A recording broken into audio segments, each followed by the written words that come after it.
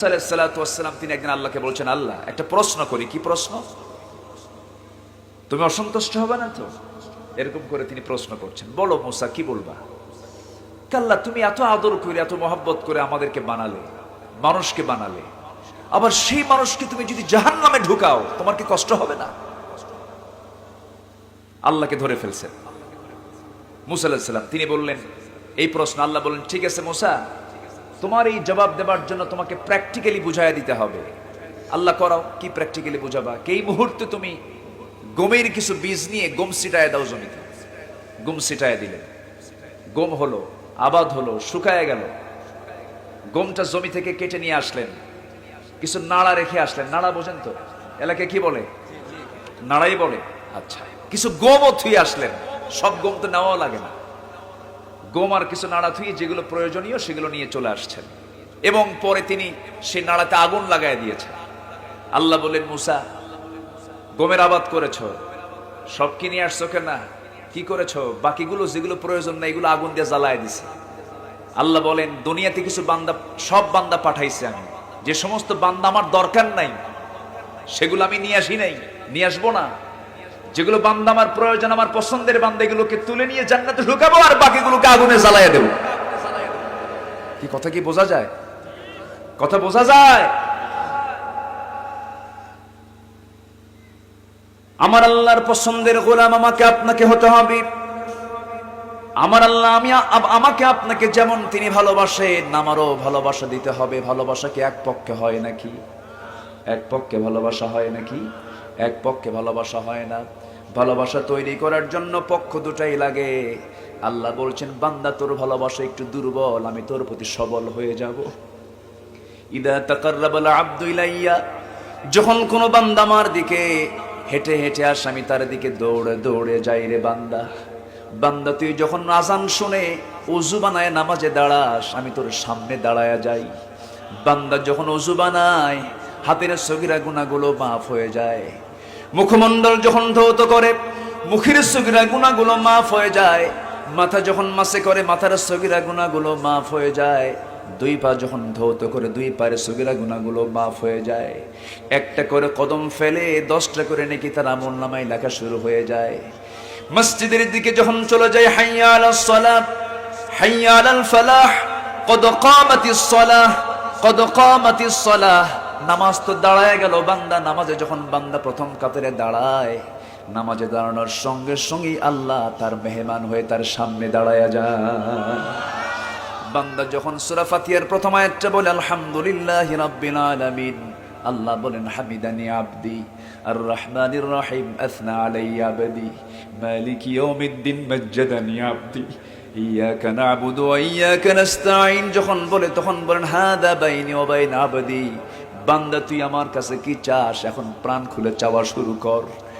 ইহদিনাস সিরাতাল মুস্তাকিম থেকে শুরু করে নিয়া ওয়ালা দাল্লিন পর্যন্ত যখন বান্দা বলে, আল্লাহ বলছেন, বান্দারে নামাজের মধ্যে দাঁড়িয়ে দাঁড়িয়ে তখন ধরে যা চাইলি সব চাও, কবুল করলাম, আর কি চাবি বান্দা বল।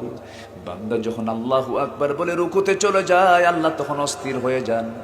সামিআল্লাহু লিমান হামিদা রব্বানা লাকাল হামদ হামদান কাসীরান তাইয়িবান মুবারাকান ফি। যখন বান্দা বলে তখন আল্লাহ আরো অস্থির হয়ে যান। বান্দা যখন সিজদায় পড়ে তখন আল্লাহ সমস্ত ফেরেশতাদেরকে ডাক দেন। সমস্ত ফেরেশতাকে ডাক দিয়ে বলেন, ও ফেরেশতারা দেখ, এরা আমাকে দেখে নাই, আমার রাসূলকে দেখে নাই, জান্নাত দেখে নাই, জাহান্নাম দেখে নাই। কোরআনকে রিসার্চ করেছে, কোরআনকে তাদাব্বুর করেছে। ফালা তাদাব্বারুনাল কোরআন, কোরআনকে তাদাব্বুর করে, কোরআন গবেষণা করে আমাকে চিনে খুঁজে পেয়েছে।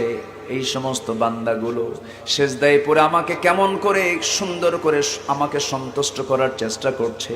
ও ফেরেশতারা সাক্ষী থাক, ও ফেরেশতারা তোরা জেনে রাখ, এই সমস্ত বান্দাগুলোর জন্য আমি আল্লাহ জান্নাতটা ওয়াজিব বানায়া দিলাম। জোরে বলি সুবহানাল্লাহ। জান্নাত দেবার জন্য কে আছেন? নেবার জন্য কে আছে?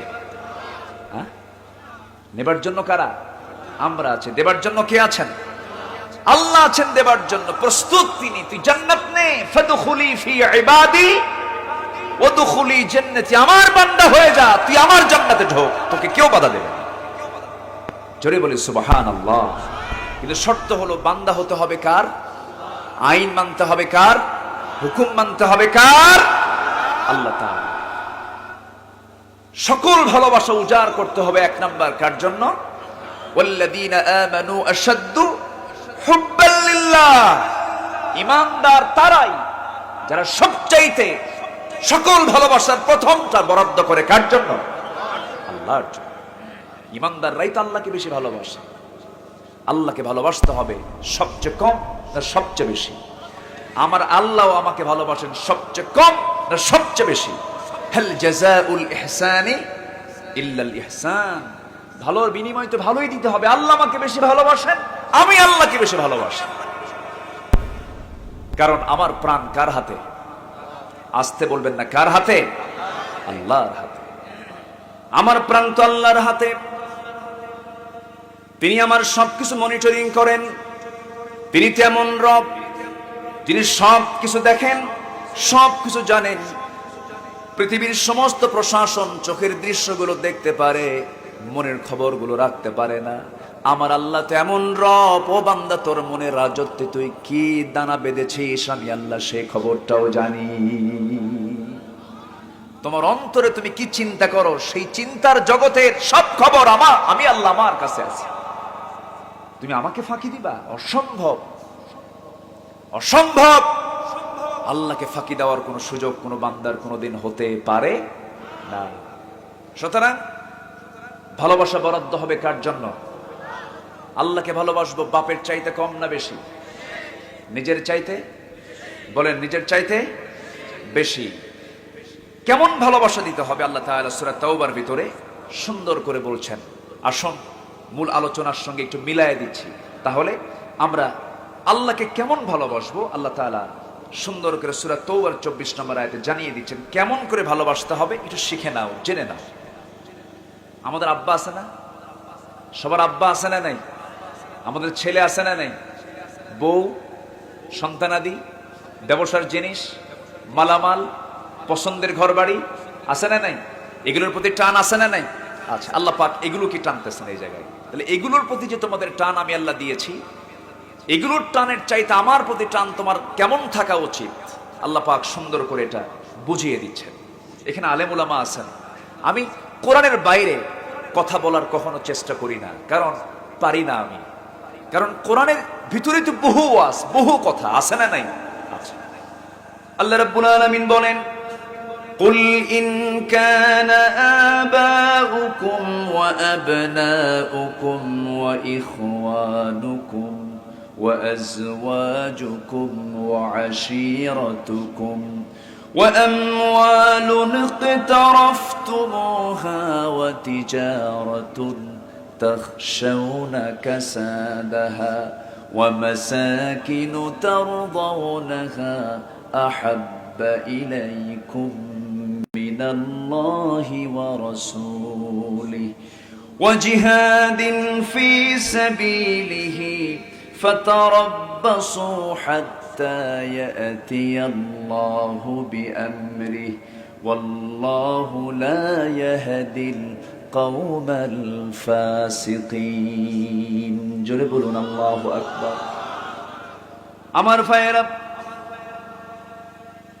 আল্লাহ রাব্বুল আলামিন সুন্দর করে রাসূলকে জানাচ্ছেন, হে রাসূল আপনি বলুন, কুল, হে রাসূল আপনি জানিয়ে দেন, বলে দেন, সমস্ত মানুষকে জানিয়ে দেন, বিশেষ করে স্পেশালি ইমানদারকে জানিয়ে দেন, নিঃসন্দেহে তোমাদের পিতামাতা, তোমাদের পিতা, তোমাদের সন্তান সন্ততি, তোমাদের ভ্রাতা, তোমাদের স্ত্রী, তোমাদের গোত্রীয় লোকজন, তোমাদের সম্পদ, তোমাদের ব্যবসার মালামাল, তোমাদের পছন্দের ঘরবাড়ি, যদি তোমাদের যেই পছন্দের এই সমস্ত বিষয়গুলো বলে দিলাম, এই সমস্ত পছন্দের বিষয়গুলো যদি আল্লাহ এবং রাসূলের চাইতে বেশি প্রিয় হয়ে যায়, আল্লাহর পথে জিহাদের চাইতে বেশি প্রিয় হয়ে যায়, জেনে রেখে দিও, ফাতারাব্বাসু হাত্তা ইয়াতিয়াল্লাহু বিআমরি, অপেক্ষা তোমরা করো আল্লাহর শাস্তির জন্য।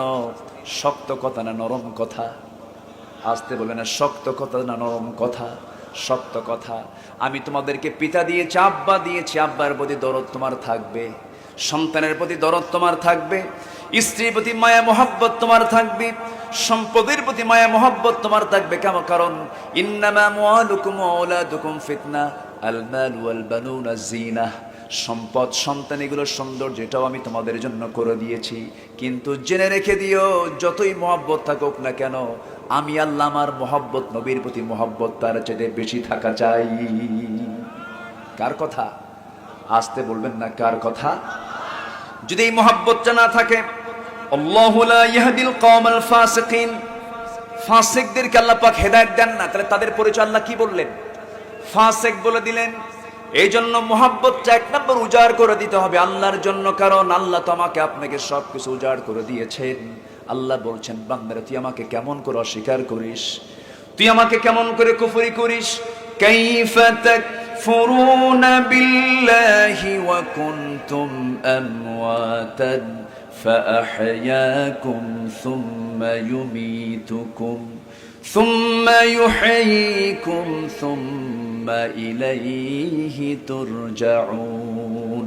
জোরে বলুন আল্লাহু আকবার। তুমি বান্দা আমাকে কেমন করে অস্বীকার করো? তুমি ছিলে নিষ্প্রাণ, আমি তোমাকে প্রাণ দিয়েছি। তুমি ছিলে অনস্তিত্বের, আমি তোমাকে অস্তিত্ব দান করেছি। এরপর আমি তোমাকে আবার মুর্দা করব, আবার তোমাকে জিন্দা করব। আমার কাছেই তোমাকে ফিরে আসতে হবে।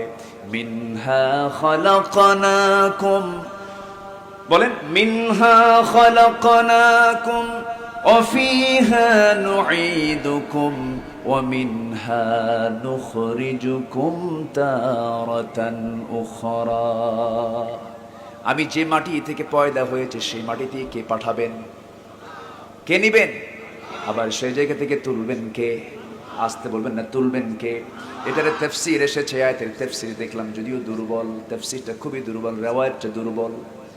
রাসূল বলেছেন, আল্লাহ পাক আমাকে যে মাটি দিয়ে বানিয়েছেন, আমার আবু বকর আর আমার ওমরকে সেই মাটি দিয়ে বানানো হয়েছে।